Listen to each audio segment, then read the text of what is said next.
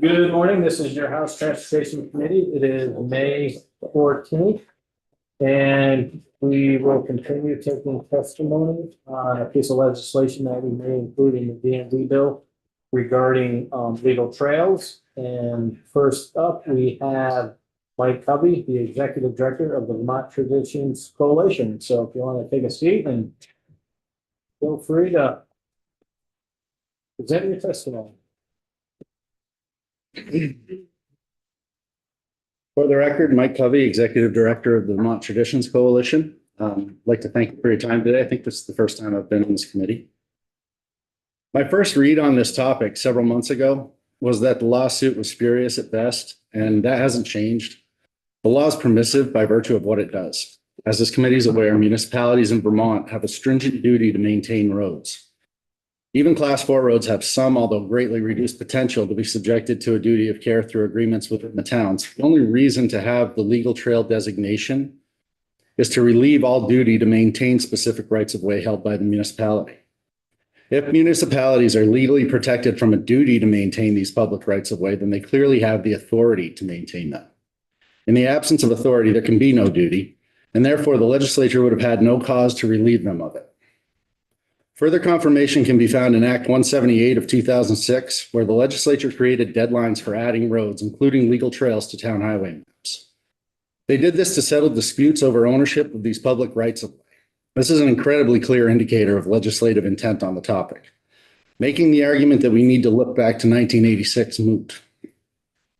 I went to the archives and I looked at the records from '86, and they're so spotty that virtually nothing remains, but the 2006 law is incontrovertible. Act 178 created a new and temporary kind of road classification, unidentified corridors. Act 178 was written to eliminate any dispute between private landowners and municipalities that might arise when historical documents surface that indicate a public road once existed and was never discontinued on a particular site. Under that act, an unidentified corridor met certain criteria and was created by a lawful process that included some official town documentation.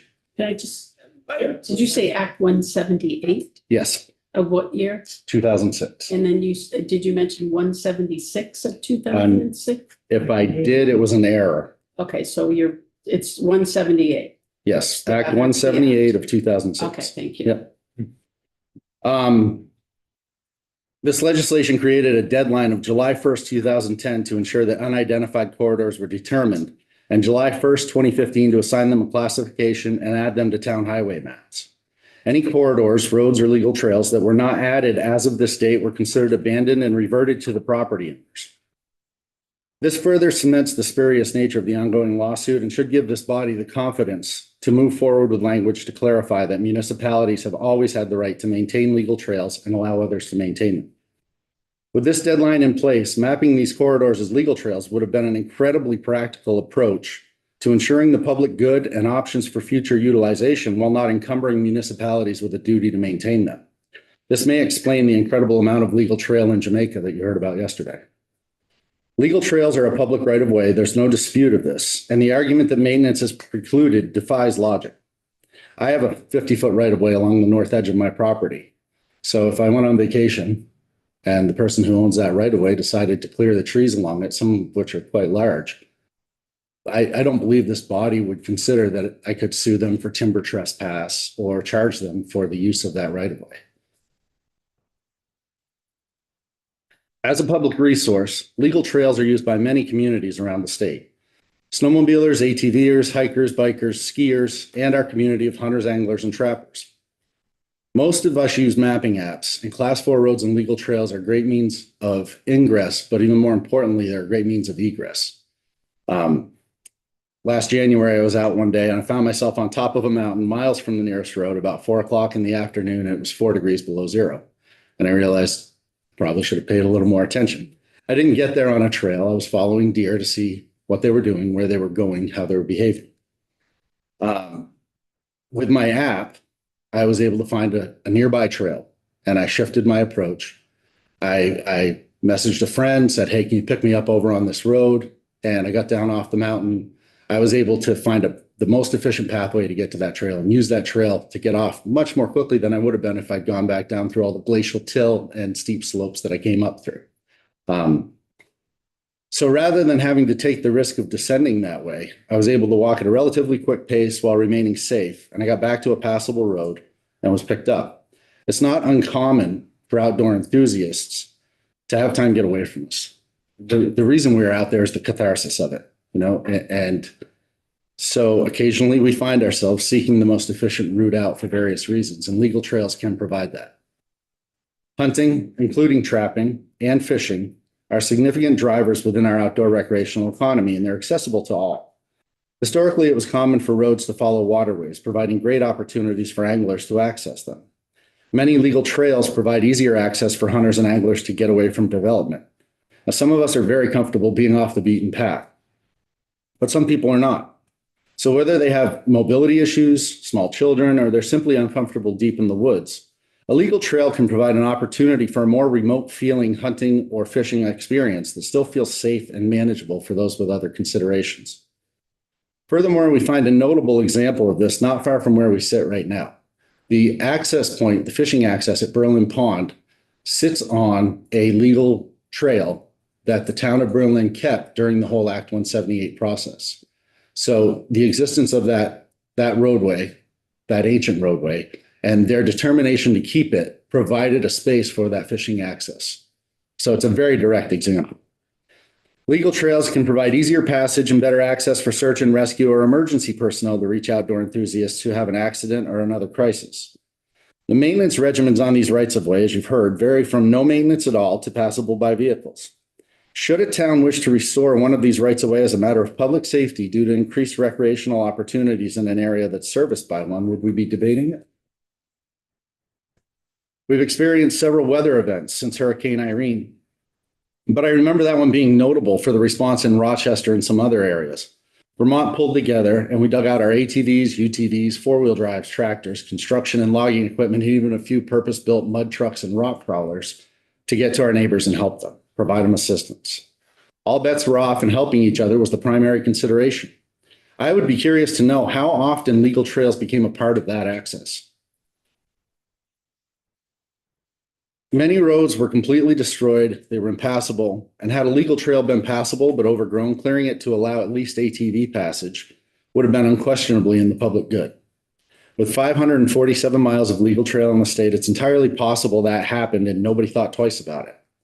Would this body submit to the idea that in the aftermath of Irene, a municipality who cleared a legal trail that hadn't recently been used would then be liable to pay abutting landowners for a taking? A citizen has asked a question, and he deserves an answer to that question.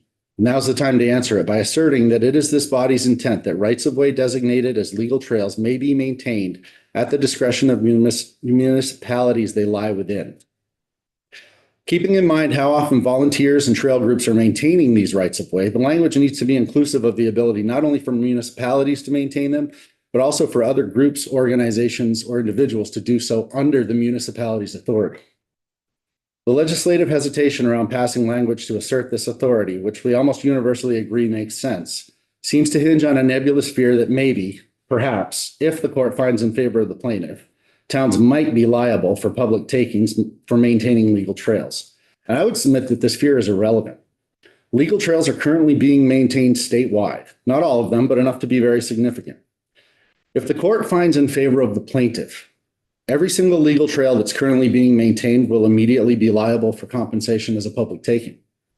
They're already being maintained. So if that's the hinge pin for this, whether this body does or doesn't clarify the authority to maintain them by passing some language to that effect is completely irrelevant to any expenses municipalities may incur as a result of the outcome of this lawsuit. But it's incredibly significant to both future discussions and the future of outdoor recreation of all kinds in Vermont. I respectfully and strongly suggest that you pass language into law now, this session. Clarify beyond any doubt that municipalities have the authority to maintain and to allow maintenance of legal trails. It is important that the language be passed in such a manner as to ensure that not only municipalities, but trail groups and others under municipal authority are in a position to conduct maintenance as needed due to their dedication to stewarding these public resources. If you have any questions, I'm happy to take them. Representative Lowe? Any idea how many trails there are in the Green Mountain State? Is that, How many trails total? yeah, for miles and stuff like this? No idea. The trail groups would be better able to ask These that. type of things that are maintained by. These type of trails? Yeah. There's 547 miles of legal trail. How much of that's maintained, I don't know, but you took testimony that much of it is, or some of it is. That volume could probably be sussed out, but I suspect it would take some time. Where are most of those trails? Are they end up in the NEK or we have more land mass or? It sounds like they're broadly scattered across the state. You had that. There's Yeah, a there's map a map. there, you can see it, it's spread around the state. Yeah. A lot of mountainous areas.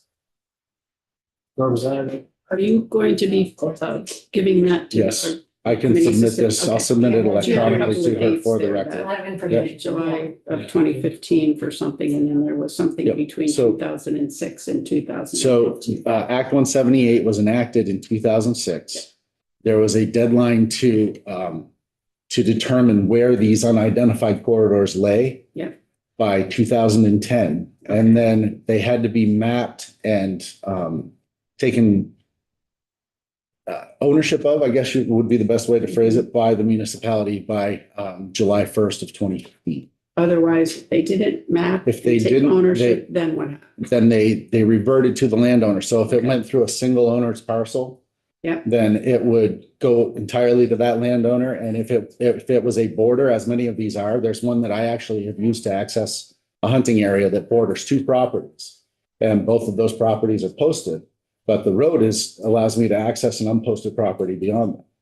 And so in that case, if that had been thrown up, half of that space would have gone to each community. Okay. But so it wouldn't preclude like a landlocked piece of land that had a trail. Like, I think that's what the lawsuit is.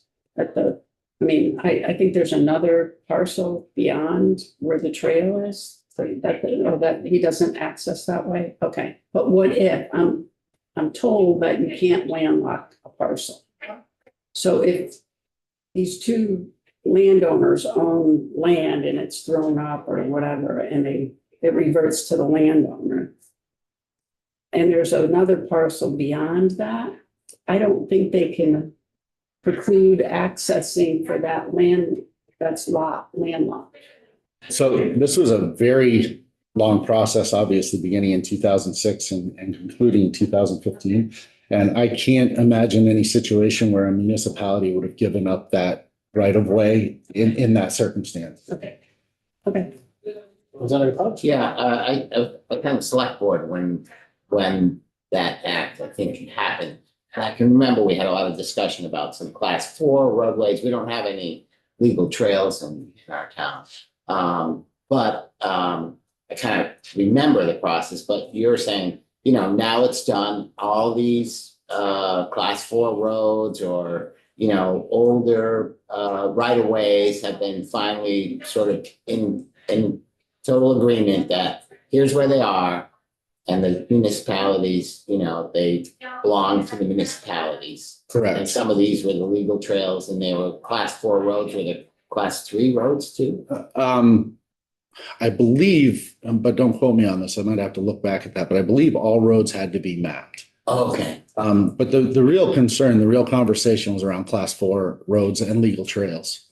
And while there's virtually no record from 1986, there's an incredibly good record of what occurred in that time span between 2006 and 2015. And it's very clear, I was reading the Times Argus article just this morning that stated, this was the legislature's mechanism to clarify these boundaries and who had the right to access, utilize, whatever, who had ownership of them. And so I don't think we need to look all the way back to 1986. I think we can look at that and see some clear direction from the legislature that predates this debate. Representative White? Thank you for your testimony. So referring to this Act 178, and you suggested that allowed a 9 or 10-year span for municipalities to map these roads and claim them. So is there a document from the end of that process that shows that all 547 miles of these trails were claimed by municipalities? Or There are maps on V-Trans. I believe that, and plus there would be maps within the municipalities. because we saw a That map have all that. yesterday of the legal trails, and I don't remember the source. But does that map represent the claims of all the municipalities? I guess did they go to? All of the claims of the municipalities must be mapped at this point. Okay, So I don't know if that's the best way to answer that question, but yes, if it's not on a map at this stage, then it no longer exists as that right of way. okay. So according to your understanding, if it's on a map, it's property of the municipality. Exactly. Okay, and one more question. Can you just remind me, the class 4 road legal trail, was it that the class 4 roads that were no longer going to be class 4 roads were then converted to the status of legal trail? So what they had to do through this was initially they had to map undefined corridors, I believe was the language they used. And so then those undefined corridors could be classified through this process as anything up to, I think, a class 3 road. Like they could say, this is going to be a class 3 road and improve it at that point. So the real distinction between class 4 roads and legal trails, as I understand it, is that a class 4 road, there can be agreements for maintenance of them with landowners. If a landowner wants to build on a class 4 road and wants to take the responsibility of maintaining it, they can. Or they can work out an agreement with the town to maintain it or upgrade it to a class 3 road. But a legal trail has no duty of maintenance whatsoever. So in Vermont statute, I may be incorrect on this, but if I remember right, I think 3 people make a complaint to a municipality about a road or a bridge, and they have a duty to repair that. They have a duty to address that complaint. And this eliminates that. The whole entire legal trail can fall apart. It can be turned into a ravine. It can become a beaver meadow, whatever. And the town has no responsibility for that maintenance. And I think so what it becomes is it's an out for the town to not have to expend resources. Thank you. Any more questions for Representative Casey? I can't imagine having access to all these trails, especially with, there's some nature lovers right here in this room. I think it's kind of important that we send a message to all the nature lovers, the people that like to be out in the woods, like to get away. I just, we definitely need to let them know that we support them. And I think language should go in there that supports the towns. What's been already been carrying on anyways. I hike trails all the time. I ride bicycles on trails. I'm going to do more bicycling now, especially I don't like to ride down tar roads, but I just can't imagine, on both sides of the aisle, I would say that we wouldn't want to lose them rights. So I agree. I appreciate you being here and speaking. I always say that a love of the outdoors is not a partisan issue. Yeah, sorry. Yeah. There's nothing political out there either. Representative Burke? So you didn't get the deer that day? No, I wasn't hunting. It was actually January, and I was just I have a love affair with this mountain, and so I was just up there trying to learn. I was just gonna say that if a town could decline to maintain a trail, but the group could come and say, hey, we'd like to do work on the trail and will you give us permission? That could do that. Right, and that's why I hope I made it clear that other groups and organizations and individuals need to be able to do that under the town's authority. And I don't even think should necessarily require permission because these are public ways. If a member of the public wants to do maintenance on a public way, why would we tell them they can't? So then by that definition, then could the landowner in question that we're talking about it do maintenance on that trail? In a perfect world, I should think so, yeah. Uh-huh. Representative Lally and then Representative Fauch. Yeah, you know, in a former life, I was a zoning administrator in a rural town and, you know, we had, parcels that were, you know, quote unquote landlocked, because they were connected by what had become a class 4 road. And, you know, we had to, the rights to access that remained. And, you know, the town, sometimes development pressures would grow, you know, this is a town in Chittenden County, and there was interest in developing a parcel off of this, what had become a class 4 road. And so the town, you know, had in its regulations that that was fine to do, but, you know, the cost was on the landowner to bring that road up to class 3 standards using the town's road regulations, you know, that met, you know, emergency vehicle and so forth.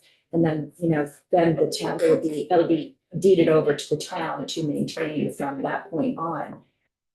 So, you know, that's what is, I keep thinking about with this question is we have, these classifications can move in both directions. And yet the basic principle of providing access to land, I mean, can you imagine somebody who is maybe at the other end of that, a parcel, at the other end of that trail, you know, what of their property rights, you know, which are, you know, is that, you know, anyway, it's, we have to be very careful with this. Representative Fauch. Yeah, no, I think I'm good. Okay, Yeah, Representative. thank you. I don't know, maybe 12 years ago or so, I was new to the board in Hubbardton. And we had, I'd say a couple families that came forward that owned land on each side of this old town road that was class 4. They came to us and they wanted us to throw it up, you know, so they could enjoy their privacy, and, you know, the other person didn't want anybody on his land, was worried about people going on it. It was a road that we weren't using.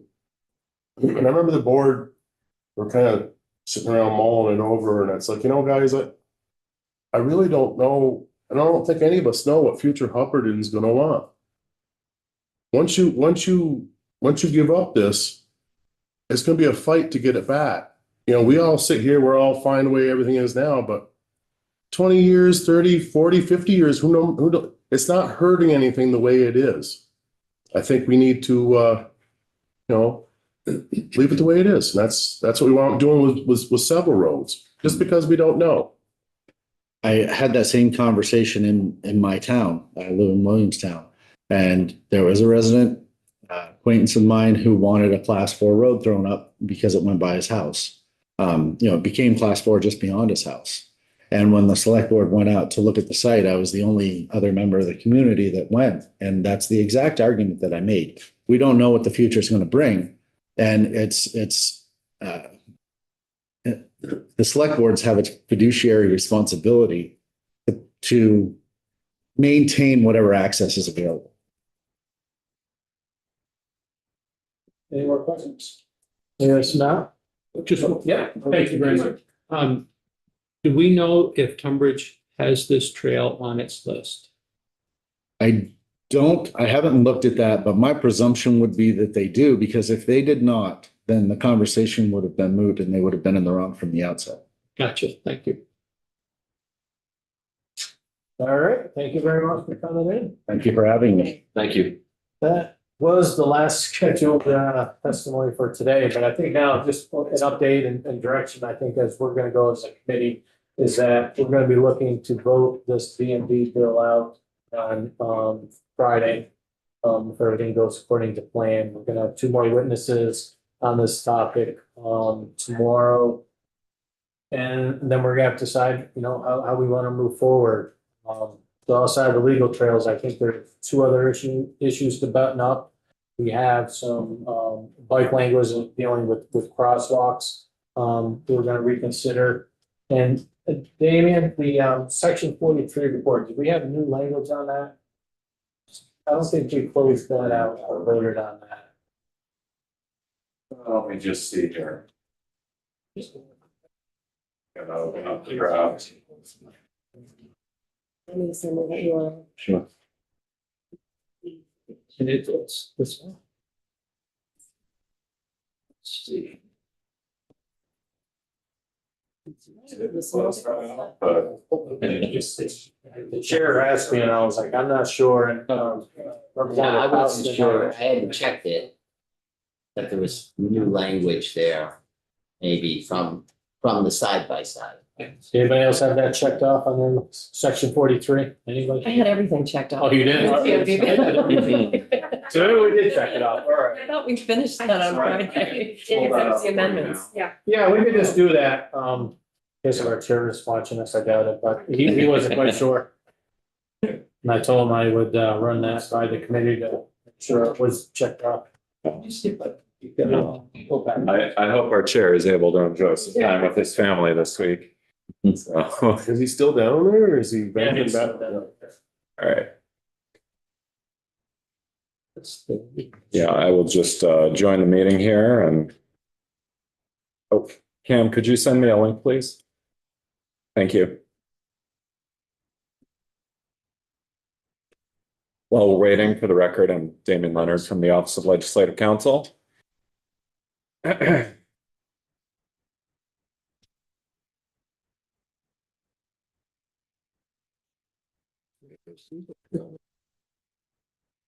Yeah, okay. Yeah, for those of you who are interested in seeing legal trails in your district, you can go to the VTrans website, AOT website, and if you just put in the search bar, town highways, or town highway even, the top link will provide you a link to town highway maps. And then if you search those, you can search by town, you can search by year. And then on those maps, if your town has legal trails, they're marked with a dashed line with the letters LT in it. And so you can see town by town what's there.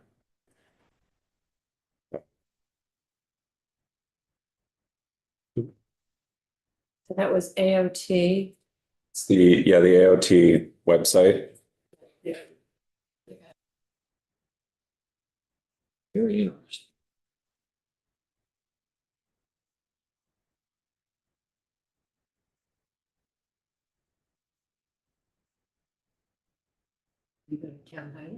The highways, yeah. Yep. So here I can actually, now that I'm in the meeting, I can share the screen. So this is the You didn't know existed. AOT site for the town highways. So you can see in the bar up there, there's the address, vtrans.vermont.gov/content/planning/map/town-map/highway-maps. But the easiest way to find it is if you go to the AOT search bar up here, up in the top right, and just put in town highway. And then your top results second result there, town highway maps. And then you click view current and archive town highway maps. And then you can view them all the way back to 1764 if they exist. Wow. I tend to go with current maps only. And then let's just say Bennington County. So here we can see Arlington, East Arlington, Bennington, Dorset. So we talked about Dorset yesterday. So you can pull up the Dorset map here, and then if you zoom in a little bit, you'll see the key here on the left-hand side will list legal trails and with their numbers and the mileage, and then the total mileage for the town. And then the symbol for legal trails is here. So it's this little dashed line with the LT in it. You see where my cursor is? And then if we look on the actual map itself, and I apologize, these maps are huge. So putting them on this screen is difficult, but here we're near Route 7 in Dorset. And so you can see just in this spot here where the near East Dorset here, there's two legal trails running right off of roads that come off of Route 7. And then back here off of this road here, there's one legal trail there. There's another legal trail up here that runs along this land and then back down to Route 7 where another trail crosses it. So these are different trails. There are also other marks here for roads that have fallen into disuse and are unmaintained. But you can look more closely at these maps, but that gives you a sense of what it looks like. Some of the towns like Montpelier, there are no legal trails. Other towns like Dorset, there are a number of them. So it's really going to vary location by location. So those are the trails, some of those are the trails that could be at risk? These are the legal trails that'll be affected by the court decision here. So what we don't have here is an overlay of lots and property. We know that this legal trail, for example, crosses along the boundary of Green Mountain National Forest. But then there are others that, this one, it's not clear if this runs into the next town or if it just ends near the border of the town. Some of these trails, they, for whatever reason, at some point, maybe they served a hill farm or something like that, that is no longer in existence. And so they just kind of run up and then they run out. But, the trails are intensely local. So in some cases, you can see like this was probably at some point, a road that connected the main road and the rail line here over to a secondary road, Town Highway 5. But, as time went on, that road fell into disuse. Maybe it had a steep slope. Maybe it was hard to maintain. Maybe it flooded, whatever it is. And then the town didn't want to keep maintaining it as a road. And so, they let it they converted it to a legal trail. So it continues to be a public right of way, but it is not maintained for, motor vehicle traffic in the same way that Class 3 roads certainly are and Class 4 roads can be. Although I think we've probably all seen some of the Class 4 roads where you need a lot of clearance to get down the road. So anyway, these are some of the trails, and then you can do this for your own district. So you can either search by county or even just by town. So if I switched over here, you could pick a particular town, throughout the state, wherever it is, and go in there. And if you pick a town, so like, let's say we went with Brandon. Okay, there's only one map there. Maybe, current maps only, sorry. There we go. So for Bolton here, you have the Bolton maps dating back to 1931. And then you can look at how the roads changed over time, how surfaces changed in some cases. And these are all the official highway maps that the town provides to the state as part of the funding for town highways. And so as you probably will remember, the basic town highway funding formula is tied to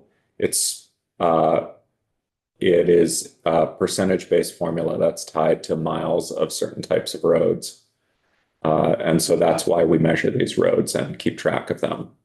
But anything that is on these maps as a legal trail or a class 1, 2, 3, or 4 road is a public right of way. And then they also show other former rights of ways in some cases, but not all cases. And those are the ones that will have a D or a U in the dashed line. And to be clear, that is not the matter at hand. the right of way. That is always gonna be within the towns. Right, so the right of way is not the issue. The issue is whether for We're not the gonna legal lose these trails, places. right, for the issue is whether for the legal trails, the town has the right to maintain or the landowner has the right to maintain. So, and you know, you've been hearing lots of testimony, you'll hear more tomorrow. So I know that the landowner in the case is going to be speaking to you tomorrow and will share his thoughts on the law and the issue here. So, and I don't remember who the other witness is tomorrow, but you've got a couple more witnesses tomorrow. But for purposes of these maps, we've been talking about them a lot. I thought it'd just be helpful to see them sort of, you know, in areas that you know well personally. Do we know in the town of Tunbridge, what legal trail we're talking about here? I've got Tunbridge up. Oh, yeah. We do. Yeah. We do. There's 2 legal trails. So we In know it's a Tunbridge. legal trail. It's. Yes, yeah, there's no Listed on question in this this, map. there's no question in the case that these are legal trails. The question is who has the right to determine whether, when, and how to maintain. Okay, So that is, yeah, the parties aren't arguing over that. gotcha. Okay. Yeah. Thank you. And were we gonna look at the language in that section? We're a little concerned, was it 43? Oh, yeah, section 43. Yeah. So, yeah, sorry, Oh, that's okay. I diverged there because we've been talking about the maps and I knew I could hear folks chattering about the maps around the table. So I figured let's get there. All right. Section 43 is here. So apologize for the bright yellow. So this was the report. I believe we went over this last Thursday or Friday. It requires by the end of January next year for the Commissioner of Motor Vehicles to submit a written report to this committee, your colleagues next door in Ways and Means, and then your Senate counterparts in Finance and Transportation.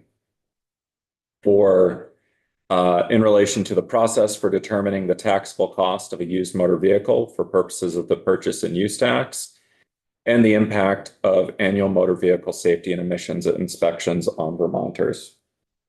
You may remember that originally the language said lower Vermonters with lower income, and now we've changed it to all Vermonters. The report would include at a minimum the number of persons in calendar year 24 and 25 who utilize the dealer appraisal process for purchase and use tax, the age and type of vehicles for which that process was used, the difference between the clean trade-in value and the appraised value of those vehicles, the number of appeals of the taxable cost. So this is when you've gotten to the end of that process and you disagree with the department's assessment of what the value of your vehicle is, and then the number of appeals that resulted in a revision, and then a summary of issues identified by persons contacting the email address established pursuant to subsection C. So there is an email address related to purchase and use. And actually this language needs to be updated because it should say contacting the department pursuant to subsection C of this section, because we'll get there in a second, but we changed the language. And then a summary of funding and other assistance related to safety and emissions inspections that's available to Vermonters with lower income, and an examination of potential approaches to reduce the financial burden of annual motor vehicle inspections on Vermonters, including the potential to reduce the frequency of inspections to every 2 years, which, as you remember, was the amendment proposed by Representative Noyes, and then any recommendations for legislative action. And so the subsection C provided that the commissioner would establish an email address or other electronic means, or both, for Vermonters to contact DMV regarding concerns with the motor vehicle purchase and use tax process. And actually thought we were discussing whether or not to keep number 2, which is whether to establish means for Vermonters to contact the Department of Motor Vehicles regarding the affordability of the annual motor vehicle inspection process and suggestions for reducing the financial impact. I think that's actually how we amended it. And then the commissioner would conduct outreach at department locations, on the website, and through motor vehicle dealers to make the public aware of the opportunity to contact the department pursuant to subdivisions 1 and 2. And we took out the requirement that the outreach go through inspection stations as well. Yeah, I think that was never in there. Or maybe we discussed it. Yeah. Okay. There's a section there about who's taking advantage of programs for lower income to help with inspections. Is there one now? I don't remember. My understanding is that in a couple instances in testimony, somewhat witnesses have mentioned that A&R apparently has some grant funding available for individuals to help with emissions inspections, but I don't know the details of Okay, that. so we're So this is just saying summarize funding and other It's out assistance. there, yeah, and Yeah. how's it being utilized? Okay, Right. Give us some details on what's actually out there, because it's been mentioned in passing. yeah, Okay. There was a Without- hardship waiver, I think. yeah. Yeah. So, and that was, we moved away from looking at who's utilizing this, to just saying, what are the options out there and what are ways to reduce the financial burden of inspections on everyone rather than trying to figure out who has lower income. Which an inspection mechanic certainly can't be expected to make those determinations. So. So, I mean, it seems like we've had some testimony, not just this year, but in previous, about the cost of inspections and all that. And it seems like this would at least for the next session, give us, a starting point to Mhm. consider changes or options within the inspection program. Yeah. This should be. And that's the idea, is this gives you some options there. And as you'll see, I just updated the language there to reflect that. I think the department is proposing to probably do just a contact form on their website rather than an email address for this, but that provides flexibility. Questions? And then, sorry, and this was in the side-by-side 43, which is now changed to this. It's now section 39, yeah, because we got rid of the tinting language. Yeah, so if they all move. And yeah, something else was eliminated as well. There were 3 sections for tinting and 1 other section. SSI. Yeah, that section had other stuff in it. Oh. Yes, we did eliminate that. It's okay. I'm sure I can figure it out if we need to remember, but yeah. So it seems like this section is checked off. Yeah. So that leaves just, the bike and then the trails. Yeah. I think at this point, I'm not really sure what more. Yeah. We can talk about, like I said, we can deliberate more after we hear from the last 2 witnesses. And, we can make a determination how we want to proceed, but the goal is to vote the bill out Friday, because it has to make 2 more stops before it gets to the floor, so. If there's no more questions or thoughts or concerns, I guess we can go offline.